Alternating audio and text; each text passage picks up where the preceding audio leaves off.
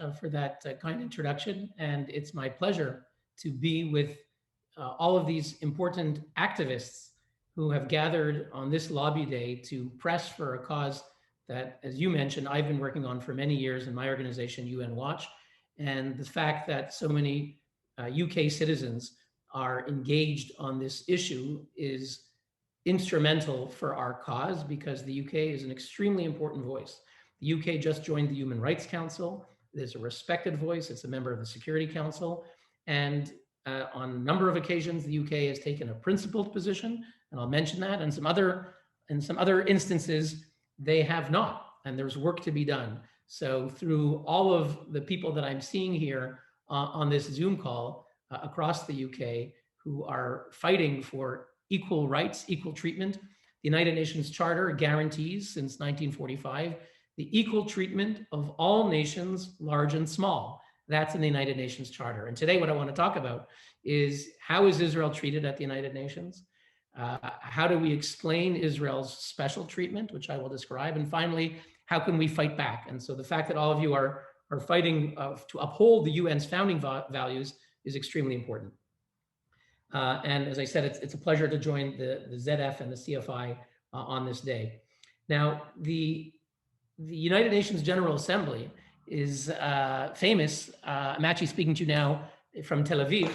And the General Assembly famously is the body that in 1947 voted to partition what was then British Mandatory Palestine into two states to create a Jewish state. The Jews embraced it. The Arabs went to war. And here in Israel, there are cities where there's a street called the 29th of November. In Hebrew, Kaftet b'November.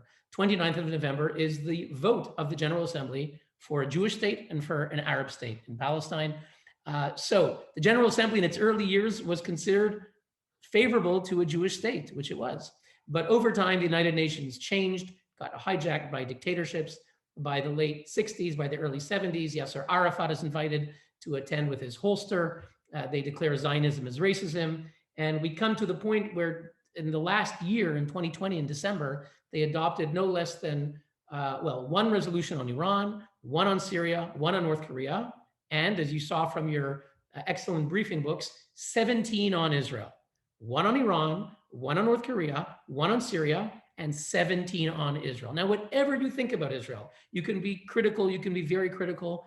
I have never heard a credible or coherent argument why Israel deserves to be condemned 17 times more than North Korea, Iran, or Syria. It's absolutely absurd. And again, let me make it very clear, I'm not here to say that Israel is above criticism. No country is above criticism. I come from Canada, I live in Switzerland, I'm now in Israel. All of these are democracies and they're strong and robust like your democracy is because citizens speak out and hold their country to account, because you have institutions of the rule of law, separation of powers, checks and balances, the judiciary, freedom of speech, freedom of the press, and so forth.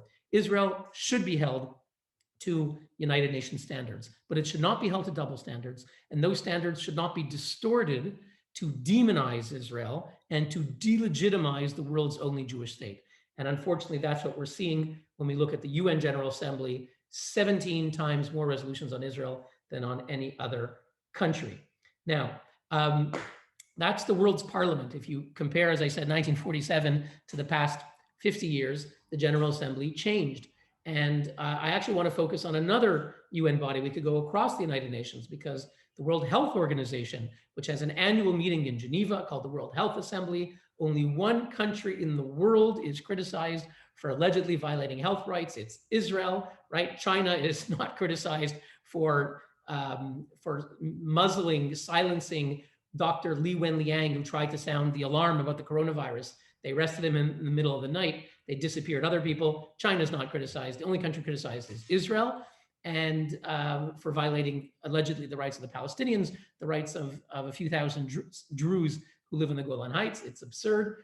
And I'm glad to say that the UK in the past few years has voted no on this absurd resolution. That wasn't always the case. So I commend the UK for taking a principled stand at the World Health Organization. And we could go across the UN to see how this bias manifests itself. But I want to focus on one body in the few minutes that I have today, and that's the Human Rights Council. It's my expertise. I've been based there for nearly 2 decades, speaking out, as was mentioned. We have the right to speak. I'm often silenced, and interrupted, but nevertheless, we do manage to speak.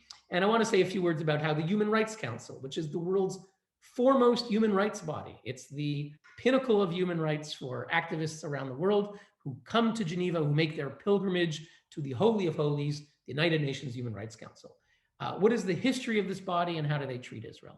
The history in a nutshell: a year after the UN was created in 1946, Eleanor Roosevelt, the great humanitarian of the age, was invited to chair what was then called the Human Rights Commission.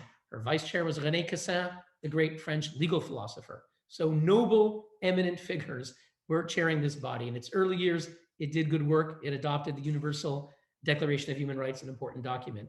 It adopted the International Covenant on Civil and Political Rights, another important document in the 1960s. But over time, this body too got hijacked. The world's worst dictatorships saw that as this body got more power to name and shame, not just to adopt resolutions and declarations, but to single out countries, they wanted to make sure they'd be there at the table and have the power of voting to shield their own records of abuse. So China, a regular member of the Human Rights Commission, Sudan was a regular member of the Human Rights Commission. Most infamously, the Libyan regime of Colonel Muammar Gaddafi became the chair of the Human Rights Commission in the year 2003. Not making this up. Some of you I see are old enough to remember that. 2003. So 1946, Eleanor Roosevelt, chair of the Human Rights Commission. 2003, the Libyan regime of Colonel Muammar Gaddafi. The rise and fall of human rights at the UN. Now, if this Human Rights Commission was failing, Kofi Annan said it's failing. He admitted it. Okay, after Gaddafi was elected, the UN was embarrassed. In 2005, Kofi Annan, then Secretary General, admitted the Human Rights Commission was a failure, called for creating a new body, and like a phoenix arising out of the fire, they scrapped the old Human Rights Commission. They created the new and improved Human Rights Council in 2006. I was there in June 2006. We're now meeting nearly 15 years later. What can we say about the new and improved Human Rights Council? Well, the members of the new and improved Human Rights Council include Libya, again, it's not Gaddafi, but it's a country that enslaves migrants, Somalia, a failed state, Pakistan, where a Christian mother of 5 is on death row for 9 years for alleged blasphemy, Mauritania, which has slaves, according to The Guardian and CNN. They have possibly 500,000 Black slaves in Mauritania. Venezuela, a country that has caused 5 million of its people to flee because Chavez and Maduro destroy the country. And they just elected months ago, just took their seats now, China, Russia, Vladimir Putin, who poisons dissidents, just tried to poison Alexei Navalny, who's now been sentenced to a penal colony, Cuba, a communist dictatorship, and these are the newest members of the Human Rights Council. Not surprisingly, the world's worst dictatorships, most of them, not all, some dictatorships get criticized. There is a mild resolution on Iran. There's a resolution on Syria. There's a resolution on North Korea. Some countries get condemned, but the vast majority never get a single resolution. There is no resolution on China. 1.3 billion people denied any form of human right, no freedom of speech, no freedom of press, no freedom of religion. 1 million Uyghur Muslims herded into camps. According to the Canadian government, the Dutch Parliament, Canadian Parliament rather, not Trudeau, but the Canadian Parliament, the majority, the Dutch Parliament, the US State Department, there's genocide happening in China. Never a single resolution, never a single commission of inquiry, never an emergency session. Zero resolutions on Saudi Arabia, where women have, are subjugated. And Turkey, which purged thousands of civil servants, fired thousands of academics and judges. Erdogan, the dictator, no resolutions. Pakistan, 0 resolutions. Cuba, 0 resolutions. Israel gets 5 resolutions. So as I said, 1 on Iran, 1 on North Korea, 5 on Israel.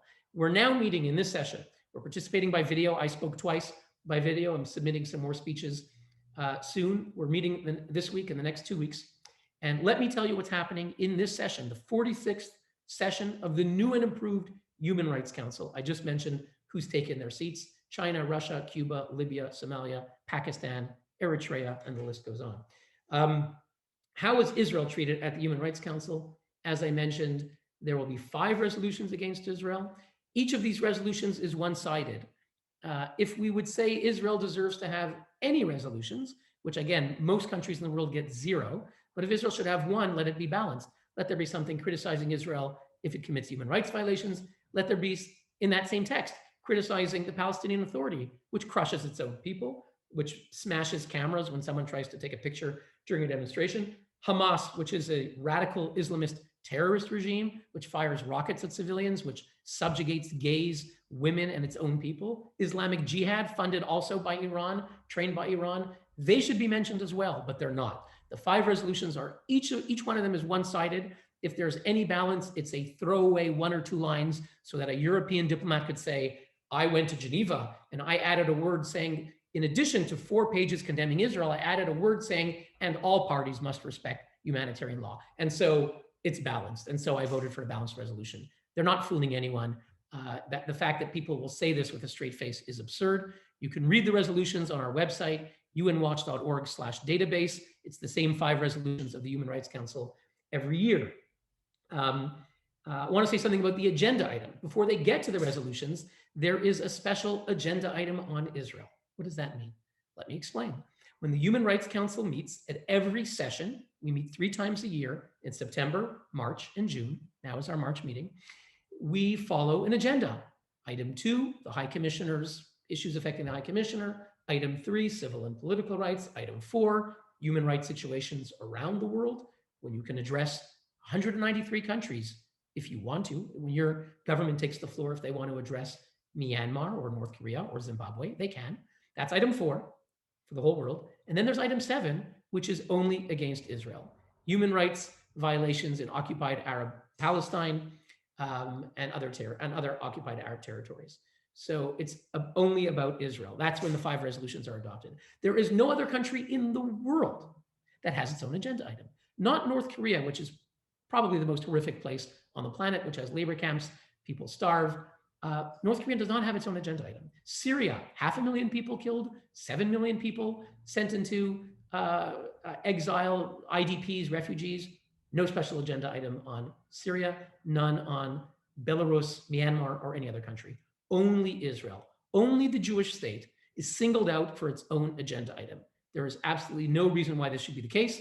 To his credit, Ban Kimoon, when this agenda item was adopted in the year 2007, June 2007, he criticized the agenda item, saying that it violated the UN's principles of equality and universality. He's right.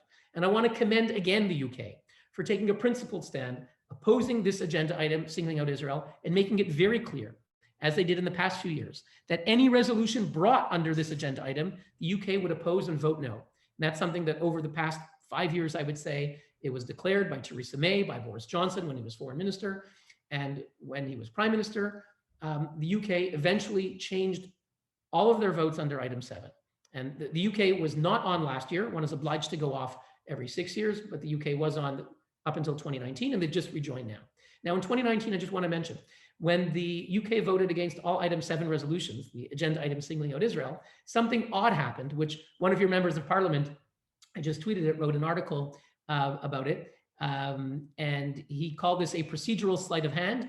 And he called this a kind of student politics chicanery, not pronouncing that word right. But what happened was the Palestinians knew that certain countries didn't want to vote no, possibly the UK.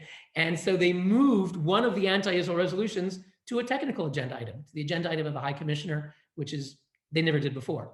So the only reason the Palestinians would move it from their beloved agenda item singling out Israel to a procedural agenda item would only be if someone promised them that they would get something for it, namely that someone would change their votes. And the UK abstained 2 years ago on a resolution called accountability, which sounds very nice.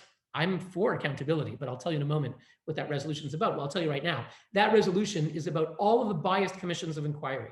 You may have heard the infamous 2 words, the Goldstone Report.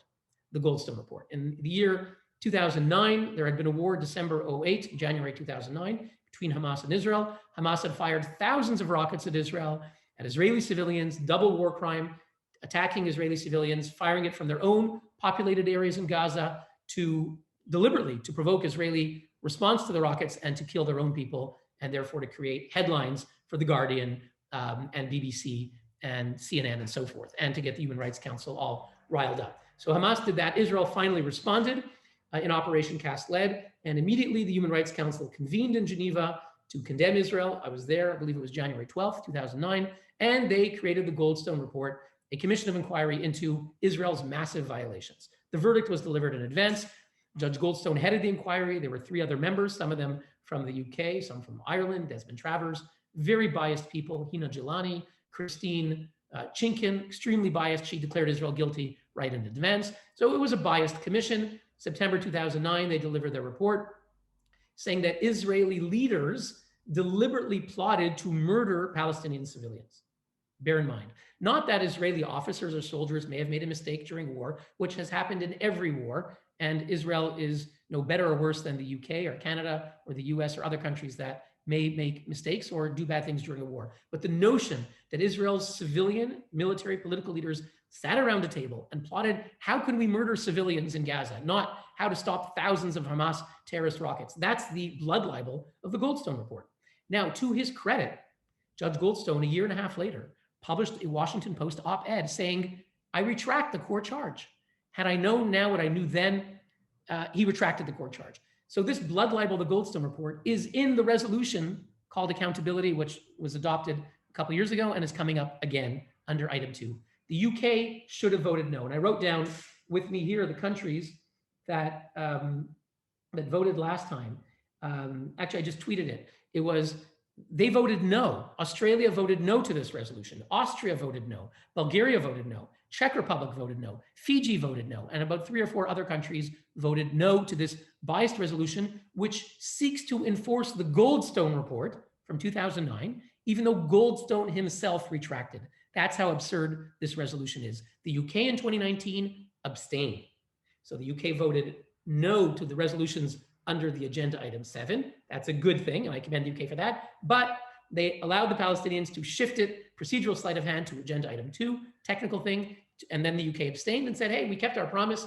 We promised we would vote no on item 7. We did, but it was moved to item 2 and we abstained. This year, I hope very much that the UK, because I know that all of you are aware of this issue, and I'm seeing op-eds being published, and I know it's being raised at the highest levels, that the UK will act according to its principles.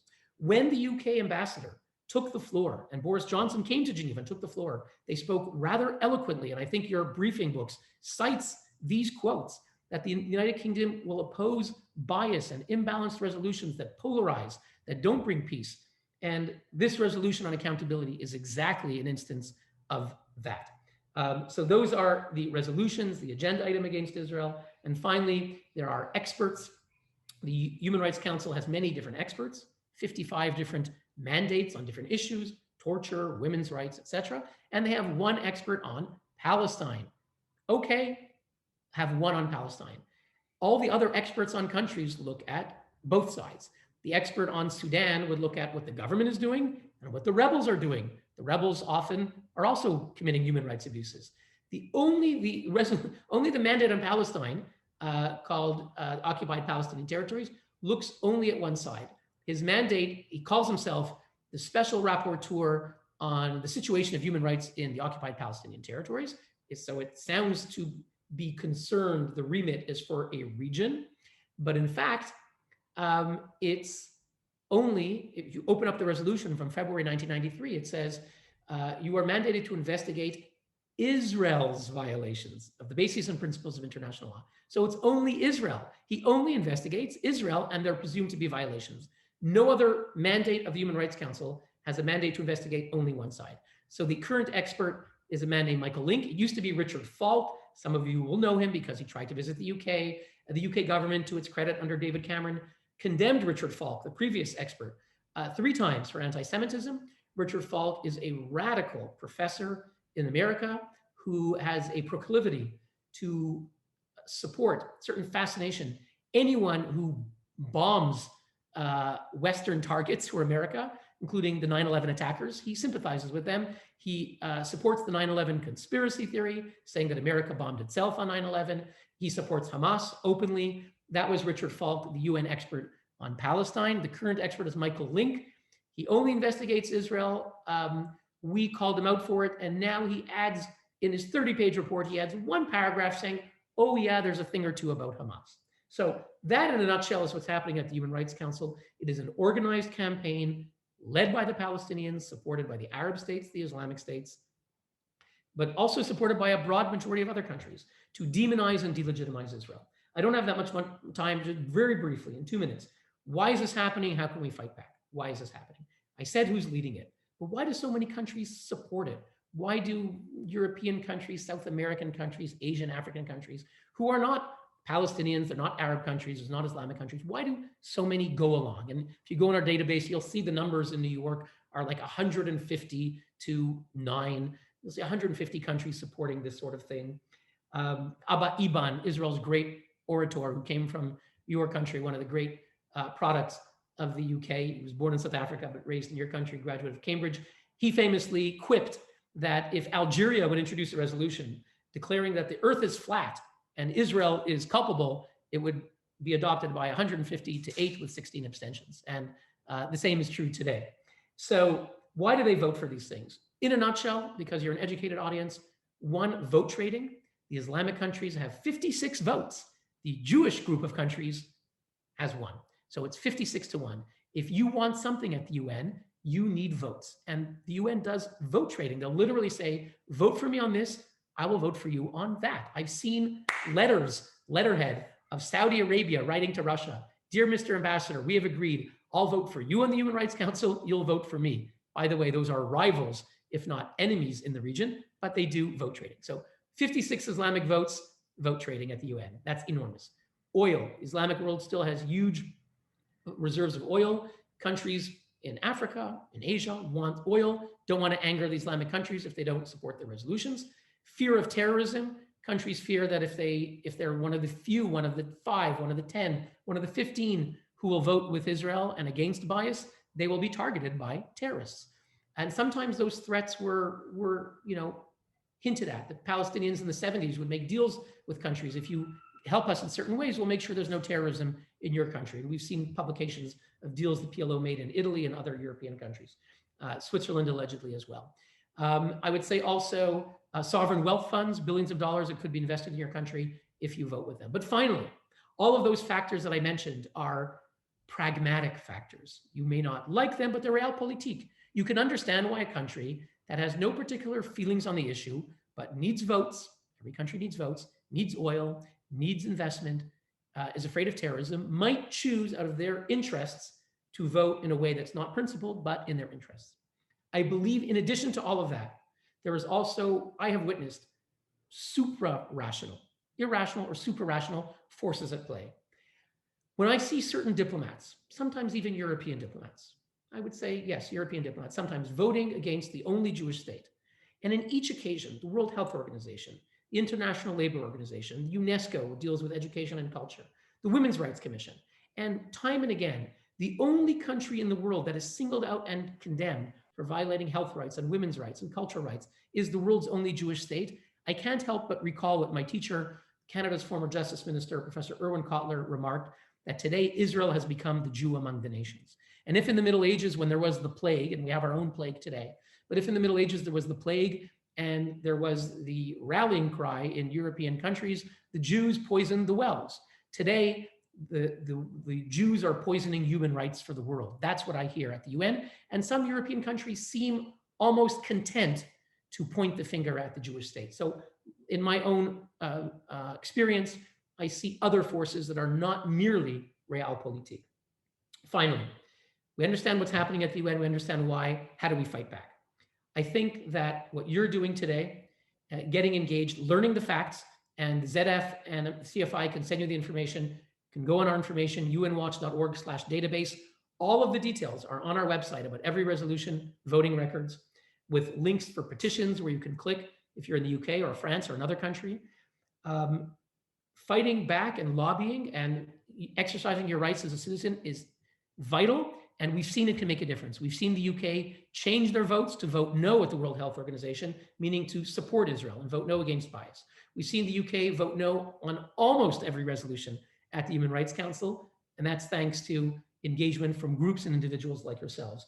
Being engaged, getting the information, and fighting back to fight for the UN's founding values, which we fully support: international peace and security, fundamental human rights for all. Those are our values. Those are not the values of Libya, China, and Russia. When I sit at the Human Rights Council and I get condemned and shut down and interrupted because I'm the bad guy at the UN, no, We speak for the UN's founding principles. It's the dictatorships and the haters and the anti-Semites who are distorting the UN's founding principles. We speak in the name of the UN. And let's keep that in mind. So we need to lobby and advocate. And we need to educate public opinion.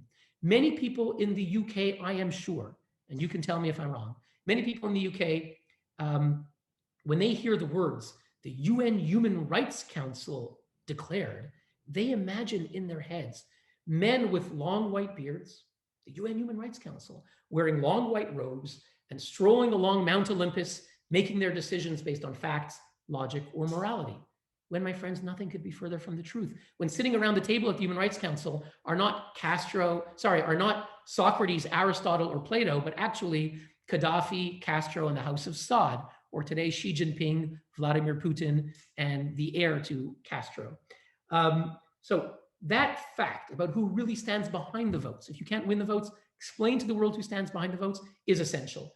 And if you're on social media, if you're on Twitter or Facebook or Instagram, follow UN Watch, follow myself, Hillel Neuer, and you will see educating public opinion to know who stands behind these facts, behind these resolutions is essential, because it makes a very big difference if this body is noble, eminent figures like Eleanor Roosevelt, or if in fact it's 60%, which is the case, 60% dictatorships.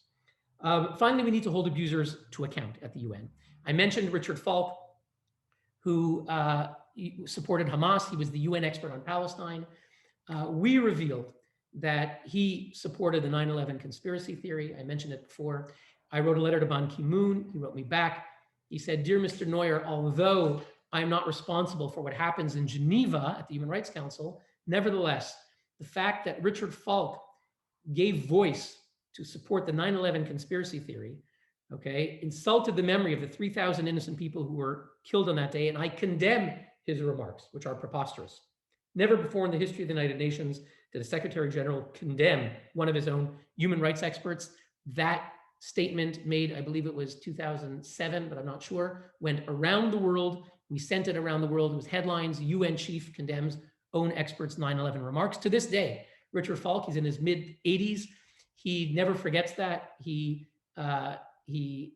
rails against us because we got his own Secretary General to condemn him. So that was a rare example where his halo of false legitimacy was punctured.